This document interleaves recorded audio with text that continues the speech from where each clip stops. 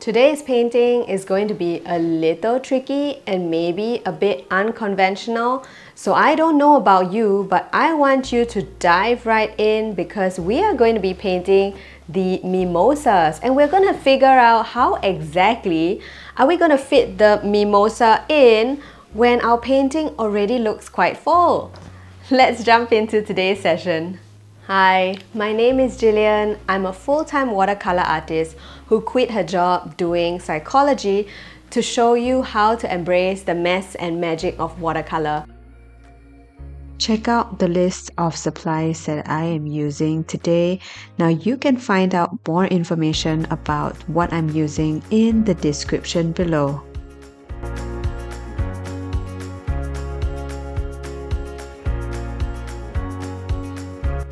In today's video, we are going to be painting the mimosa flowers.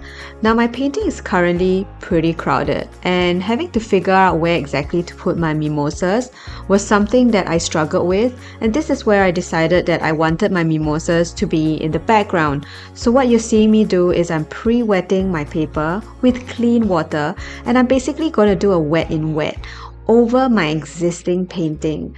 So this is not very conventional because most of the time you pre-wet your paper and then you start painting, but on the other hand I'm doing some reverse engineering here.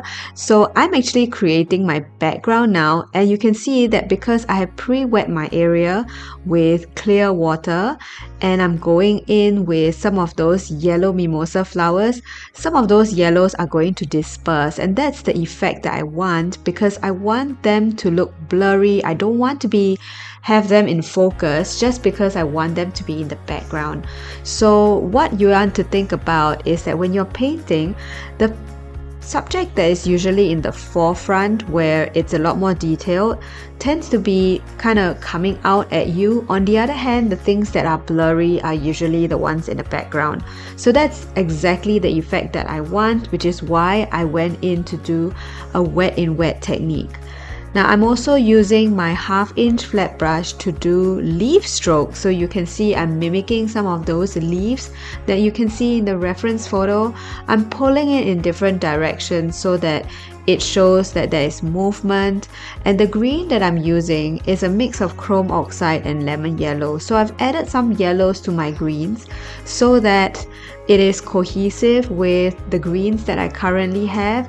At the same time, I'm also paying attention to the stage at which my paper is at while it's wet, because your paper is gonna start to dry, and as it starts to dry, when you go in with paint, your paint might not move, it might not disperse, and you have to also pay attention to that because depending on the effect you want, if you want your paints to be moving and blended, then you're gonna have to make sure that you act while your paper is wet.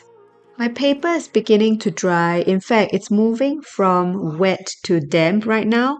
So you can see that my lines are not really dispersing as much as they used to. And that's also because I've got a lot more pigment on my brush as compared to water. So that's another thing that you want to take note of when you're painting wet in wet so that you don't make accidental blooms and bleeds on your paper. I am actually adding in layers right now where I'm going in with a darker color value. This is so that my leaves have a little bit more definition. I'm doing the same with my mimosas as well. So you can see that I'm starting to go in with my yellows and kind of draw out some of those circle shapes just to create some of that definition so that it doesn't look like it's just a blob of yellow right there. So I'm not drawing every single yellow bud, but I'm also leaving some space, and I like to have some of them blur and some of them with definition. So you can see that the ones that are more defined are wet in dry, while the ones that are a lot more diffused are wet in wet. So these are the characteristics of the two different techniques and the effects that you can get. Once you are more aware of the type of effects that your watercolor can give you, you can become more intentional with the way that you're painting. I cover all of this and the way in which to apply these various techniques in my course Watercolor Redefined, which you can find in the link in the description. So I'm going in and putting in some orange as well because I want to make sure that I'm matching the sunflowers and the daffodils, which has a tinge of orange. So I'm recycling some of the color that I have throughout the painting so that it creates a more cohesive look. However, I don't want to add too much orange as well because I want them to be in the background and I don't want to bring them out in the forefront. Now in the mimosas, I also noticed that there are these small little green buds that are dotted all around. So I'm also adding some of that. One of the frequently asked questions I get with regard to my paintings is your paper currently dry when you're doing this stage? Now, right now while I'm adding in all of those yellow buds, my paper is not fully dry and it is also on its way to becoming dry.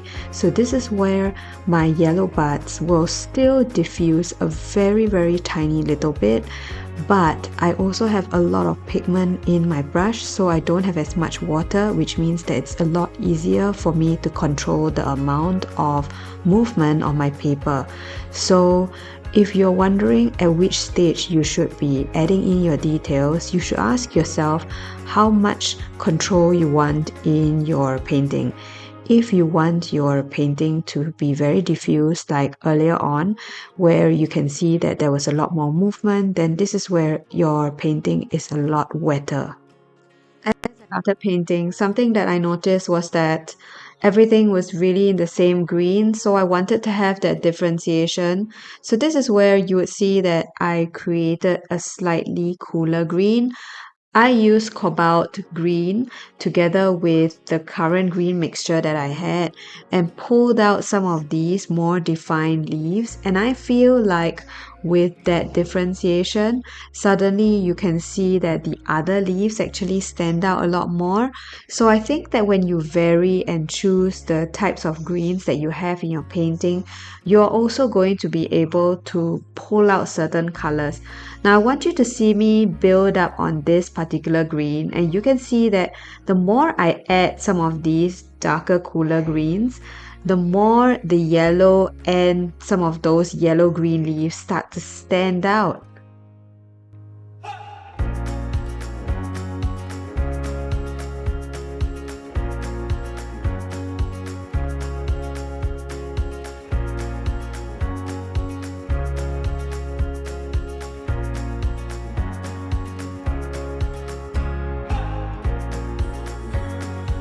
Take your time as you're doing these leaves. Now I'm using a small round brush from Princeton Heritage in a size 6, and this gives me nice thin lines. You can definitely experiment with a bigger brush depending on how large you want your leaves to be. However, because I'm creating very fine details right now, this is where I decide to use a smaller brush. Now, one of the things that I would encourage you to do when you are doing this is to just pay attention to the white space. You don't want to fill every single area or space within the painting. And what I find is that usually the areas that are close to the flowers or where I want it to have a lot more contrast tends to be more crowded with leaves. So you can see that I've created a lot more vegetation or leaves around the floral area where the sunflowers are at, and most of them are crowded at the bottom.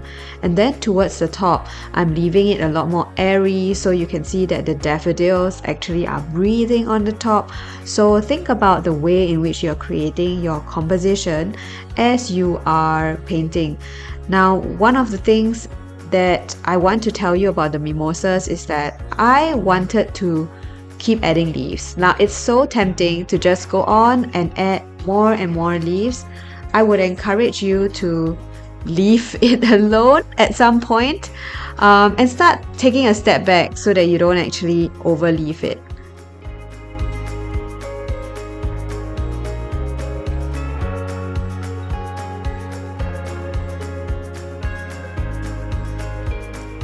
At this stage of my painting, honestly, I can feel so overwhelmed with the layers.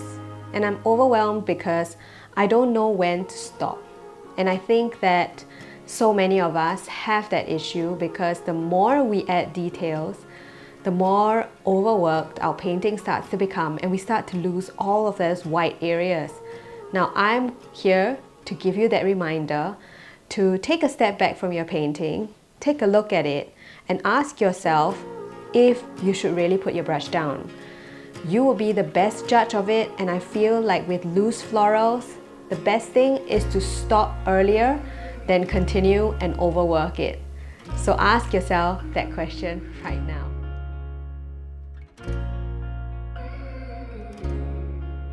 When I wet the entire paper, there were some parts of the painting that was actually not fully dry. And as a result, because when you add water to an area that's not fully dry, what happens is that watercolor would then run and move. So this blue brush that you see me using is a scrubber brush, and I'm actually removing away that hard line there. And what I'm doing is I'm just wetting that area, and then I'm using the scrubber brush to kind of scrub that hard line away because I didn't want that defined hard line. So if you reverse back and you take a look at that very spot, you can see that there was a hard line. I'm doing the same for the side there so that the grass actually has that soft look instead of having that hard line. So this scrubber brush is so amazing. It's from Princeton Select range and it's called Fix It. You can find it in the link in my description. I often use that whenever I've got spots in my paintings that I might accidentally drip and then I want to remove. It's really helpful for those situations. However, I feel like it works a lot better on 100% cotton paper. I want to just share some insights about composition, especially when we are coming together and putting 3 different flowers into one painting, and they're all from 3 different reference photos. Now, one of the things that you want to think about is the shape in which your composition is. Is it from the bottom up, or is it coming from the top down, or is there a circular motion? So these are elements in which will tell the viewer about movement and how exactly to view the painting. And if you look at the painting in this case, it is from the bottom up, so you can see that the plants are basically growing from the ground up. So you can see that I have created a lot more density at the bottom, and I've left the top a little bit emptier and more airy. This is so that the viewer can see that there's that cohesion, and at the same time they can also relate it to experience that things that are usually closer to the ground are a lot more dense.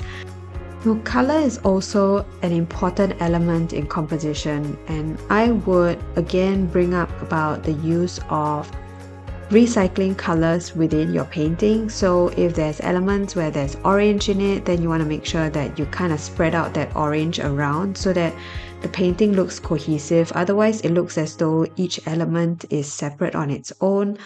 Another thing that you want to think about when you use color is the use of color temperature. This painting has been such a fun experiment, and I hope that that last mimosa flower really surprised you in terms of technique and also given you the opportunity of considering the different possibilities that you can do with the techniques that you know. Share with me your light bulb moments. Tell me what you loved about this video in the comments. I can't wait to see you and paint with you again.